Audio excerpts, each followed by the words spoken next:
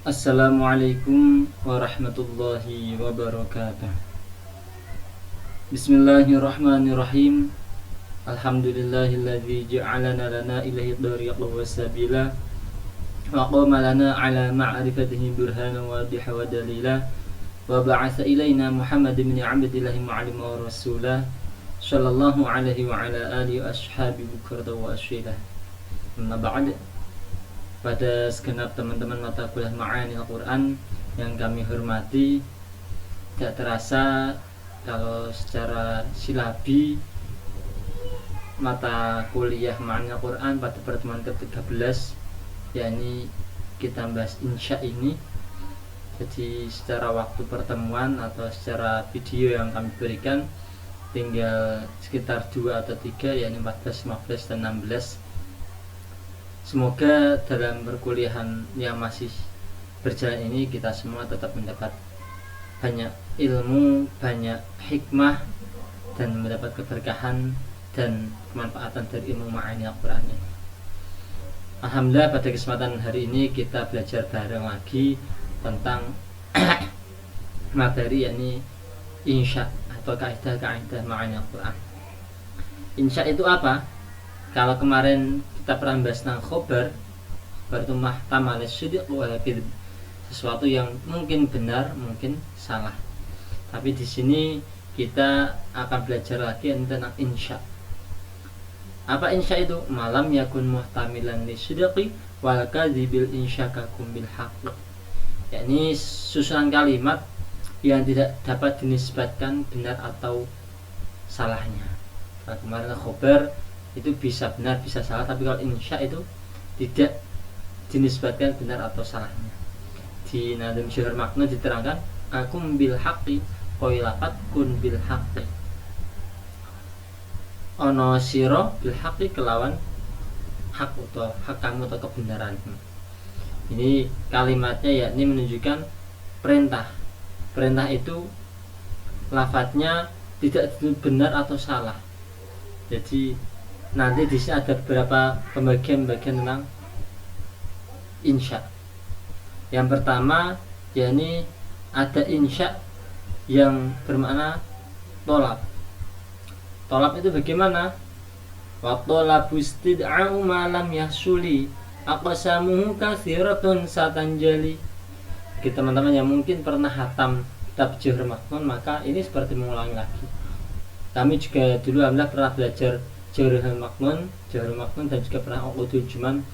Tapi pada kesempatan kali ini yang lebih sering saya sampaikan ini Jawahir Maknun, agar teman-teman kalau buka kitabnya itu lebih ringkas.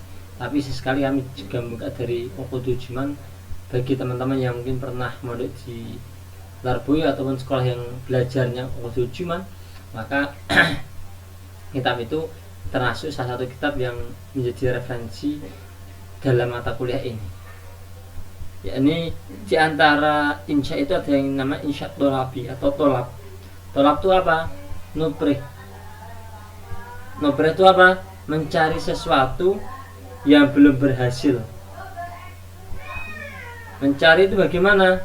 Yakni contohnya ada kata-kata yang mencari itu sifatnya perintah ataupun larangan. Diterangkan di bait selanjutnya, amrun wa nahyun wa du'a'un wa bidha tamanin istifamu u'tital huda. Yang pertama ini amr. Amr itu bagaimana? Perintah. Perintah dilakukan sangat banyak sekali. Aqimus shalah. Aqimu poduju menengah sirafi as-sholata insyalah. Jadi lafaz itu menunjukkan arti perintah. Perintah ini disebut kalam insya juga. Ini kita perlu tahu jika andainya kita nanti belajar atau kita buka tafsir, oh ini termasuk golongan kategori insya. Insya itu orangnya mau melakukan sholat atau enggak itu tergantung orangnya. Yang melakukan sholat pahala, yang enggak maka dosa. Termasuk juga ada yang kedua ini nahi, lawan dari amar ini nahi. Nah itu apa? Larangan.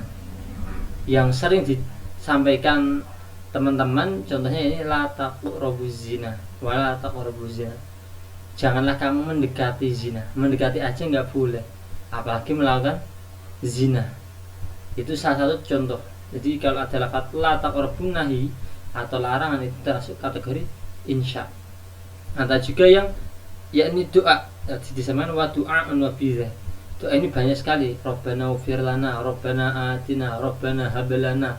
Biasanya di Al-Quran diawali Rabbana, itu diantara doa. Atau Rabbi ij'alni muqimas sholati min dzurriyyati, itu kategori insya. Lalu ada yang nida itu memanggil, contohnya ya ayyuhallazina amanu, ya ayyuhan nabi.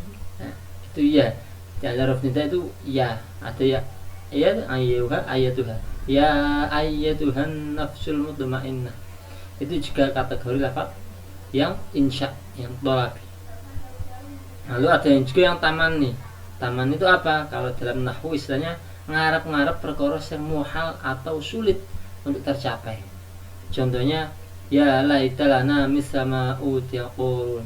Ada ya laitani kuntu turaba. Orang-orang di akhirat ada yang sebagian mengatakan ya laitani kuntu turaba. Ya Allah, istilahnya mbok menawa aku ini menjadi debu, kuntu turaba. Atau sesuatu yang itu gak mungkin terjadi. Sudah di akhirat ini menjadi debu, gak bisa.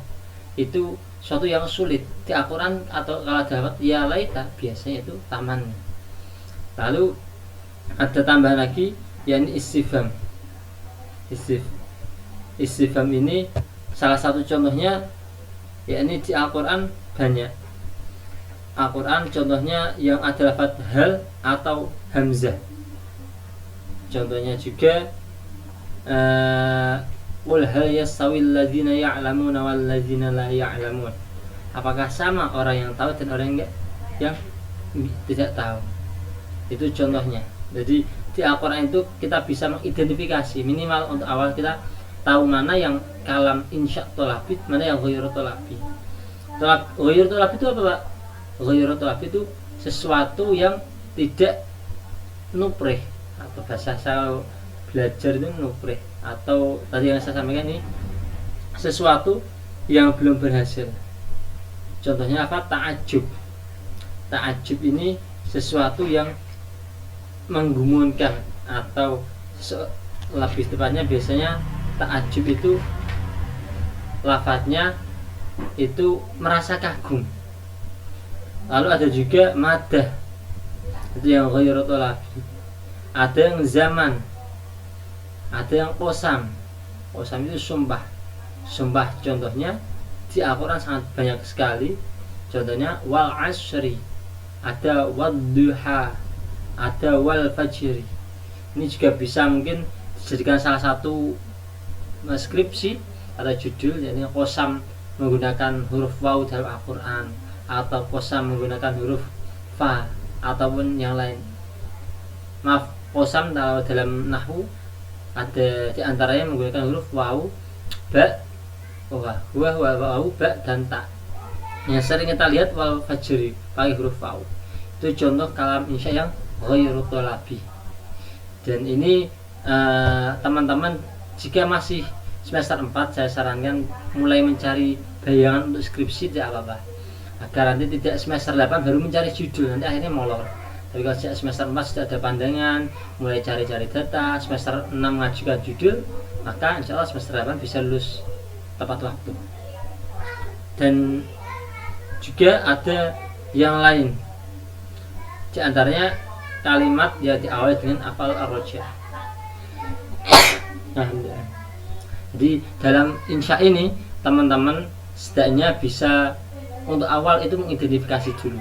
Nanti jika membaca tafsir atau ada hal-hal yang terkait Al-Quran, teman-teman bisa mengetahui ini kategori khobar atau insya.